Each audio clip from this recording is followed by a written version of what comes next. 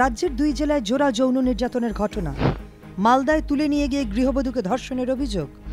চন্দননগরের 4র্থ শ্রেণীর ছাত্রীকে শ্লীলতাহানির অভিযোগ।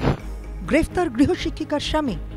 পুরাতন মালদার পাবনাপাড়ায় এক মহিলাকে বাড়ি থেকে তুলে নিয়ে গিয়ে ধর্ষণের অভিযোগ শনিবার গভীর রাতে ওই মহিলা যখন বাড়িতে ঘুমোচ্ছিলেন তখন তাকে সেখান থেকে তুলে নিয়ে গিয়ে ধর্ষণ করা হয়।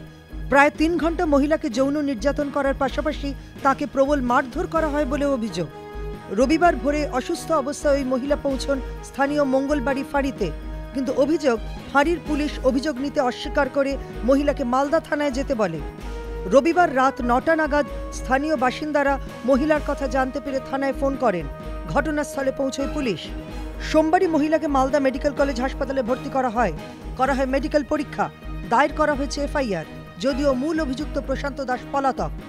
অপরদিকে 4র্থ শ্রেণীর এক ছাত্রী শ্লীলতাহানির অভিযোগকে কেন্দ্র করে উত্তেজনা হুগলির চন্দননগরে। পুলিশ জানিয়েছে ওই ছাত্রী রোজ বিকেলে এক গৃহশিক্ষিকার বাড়িতে পড়তে যেত।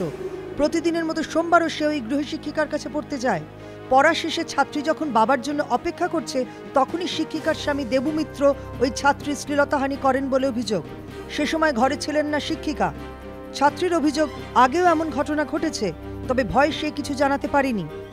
পড়তে গিয়ে তারপর আমি কম্পিউটার করছিলাম, করতে করতে আঙ্কেল এসে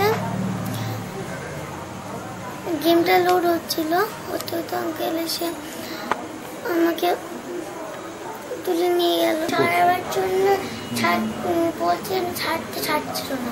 নাকি প্রায় সানডেতে এরকম হয়, এরকম আমাকে ছাড়ে না বাড়িতে, এবং বলে দিয়েছে যে বাড়িতে কিন্তু কাউকে কিছু বলবে না। ছাত্রীর পরিবারের লোকজন এ বিষয়ে অভিযোগ জানান চন্দননগর থানায়। তাদের অভিযোগের ভিত্তিতে পুলিশ গ্রেফতার করেছে অভিযুক্ত দেবু মিত্রকে। এবিপি আনন্দ।